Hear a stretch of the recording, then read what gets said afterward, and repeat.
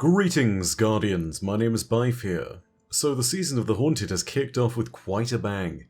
Between the nightmares of Aldrin, Sophia, and Gaul, haunting all of their respective victims, and the implications of the different story elements tied into the season, we're in for a real treat.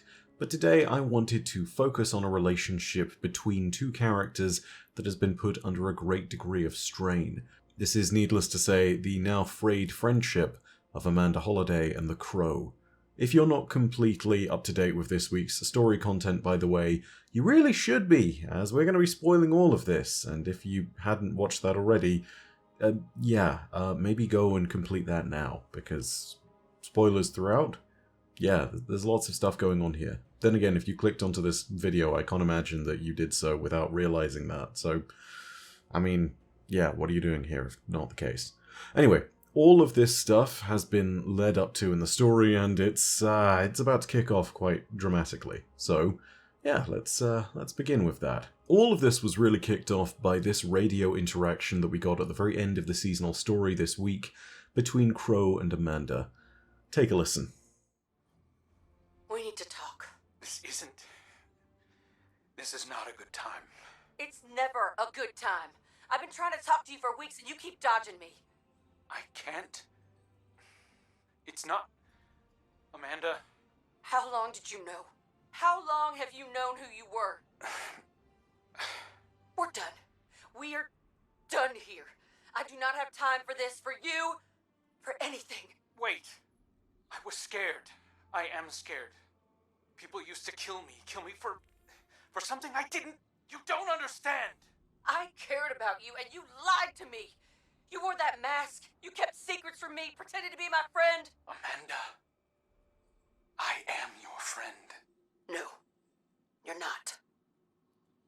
I had a friend and you murdered him. Emotional damage. This is what I feel. So anyway, this confrontation is born out of a pretty serious place, but also it's been brewing ever since Crow discovered his past identity. This, of course, occurred back during the season of The Lost, when Savathun revealed the Crow's past life to him. From this point onwards, we've been watching Crow grapple with what he did in that past life, and with the guilt that he's been carrying, guilt that is partly due to the murder of Cayde Six. It's not clear when Amanda discovered the truth of who the Crow used to be, but I think it's fair to say that after a certain amount of time it was bound to become clear that the Crow's past self was indeed Aldrin Sov, the former Prince of the Reef. It appears that by the time of the season of The Risen, Amanda had figured all of it out, and it was clear that Crow was avoiding her as best he could. His guilt clearly extends to the point at which he no longer felt comfortable talking with one of Cayde's closest friends. There's lore from both the times before and the times after Crow and Amanda's confrontation that helps to demonstrate what happened with poor Amanda. First of all, we have to look at the Sweet Sorrow auto rifle from the season of The Risen. Its lore tab talks a little more on Amanda's internal feelings on the realization that the Crow, who had been sharing drinks with her and becoming a good friend, was in fact Aldrin in his past life. This also comes off of the back of the fact that she'd clearly been preparing a gift for Crow, a custom sparrow of sorts by the looks of things that her and Neek, an Elixni splicer who was very good with machines like pikes and sparrows, had been creating over the past however many weeks. It starts to get sour very quickly. This seems to be right after Amanda found out, and I can't confirm that, but her immediate reaction seems to be the case. Amanda Holliday hurls a wrench at the wall, her grunt of effort punctuated by the sharp clang of metal striking metal. Her shoulders rise and fall with each laboured breath in the silence that follows. She gasps softly and rushes forward, eyes scanning the surface of the wrench for cracks as her fingers frantically reach for the socket. She turns the ratchet, hoping to hear the reassuring click of the gears, but there is nothing, no movement inside from either direction. "Damn it," Amanda hisses, rubbing the heel of her palm against her eye. "Damn it." She sees a racing helmet at her feet and kicks it across the garage floor. Everything around her is a painful reminder of her ignorance. A blue and white auto rifle of Cabal design with an inscribed message on the barrel, her favorite ramen bar and sightseeing locations circled on a map of the lost city.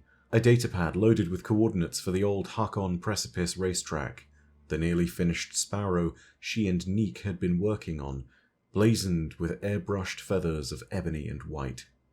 "Damn it," Amanda whispers. Her back brushes against the wall, and she leans into it as her body slowly crumples to the floor.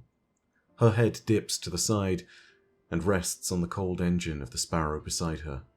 She pulls her legs toward her chest and curses into her knees, burying her face in them as her shoulders begin to rise and fall in trembling bursts. Of all the friends she could have made, of all the people who could have become important in her life, of all the horrible twists of fate she could have endured, why did they all have to be him? It's all so much worse for Amanda when she's forced to confront her new friend, who she's just learned so much more about. This interaction we see here can be found in the Ivory Empress Sparrow, which also dropped, much like the Sweet Sorrow auto rifle from which the last reading was taken, in the Season of the Risen, so last season. Take a listen to this. Amanda raised her eyebrows as Crow cruised onto the landing pad. He sat atop a gleaming new Sparrow adorned with gold and ivory. "Fancy ride, huh?" he asked. "Yeah, fit for a prince," Amanda replied dourly.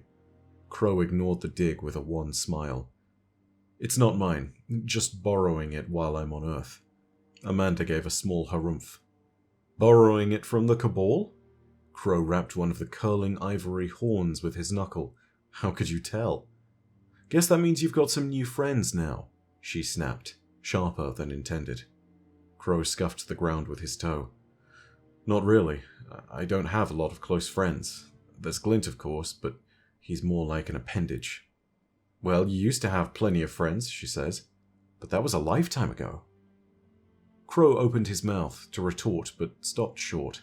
The silence stretched on.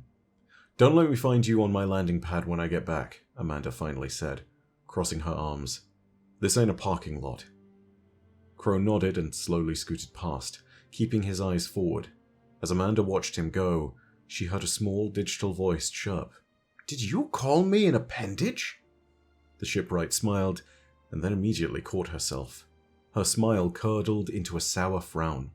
She clenched her fists in frustration. "Why'd you do this to yourself, Holiday?" she muttered, as she stormed back to the hangar. "Every time. Every damn time." I think the painful part of all of this is that Amanda feels betrayed, but also she does sort of understand that Uldren and Crow are two different people. It's almost a bit of a Moon Knight situation, where the acceptance of Crow as a separate person from Uldren is a hard fact for everyone to accept, but most of all, Amanda, who has personally been wronged by Uldren in a way that most other characters weren't. Yes, everyone was Cade's friend, but Amanda was one of the only people that Cade was truly close to. Cade used to play cards with her. The two of them were thick as thieves and great friends, and Crow was getting to that point with Amanda as well. In her heart of hearts, the compassionate side of Amanda Holiday absolutely is willing to accept the good in people. This is the same Amanda and the same compassion that comes from her that welcomed the Elixni Splicer Neek into the tower and was happy to Sparrow race with them when others in the city cowered in fear of the Elixni. She's willing to accept a person based on their deeds, not the deeds and reputation of their people. She knows that Uldren and Crow aren't the same, but she just can't let it go. The wound in question is still too fresh and too deep, and the new opening of it feels like a fresh betrayal all over. I can't say I necessarily blame her. Her anger is very much justified. But I think it's also fair to say that this is partly a ball that's in Crow's court. I can say one thing for certain. I don't think that Crow and Amanda are going to be able to find common ground and forgiveness between each other until Crow's nightmare is bound in the crown of sorrow and severed from him. Until then, the nightmare of Uldren Sov is going to be content to take every opportunity it can to twist the knife.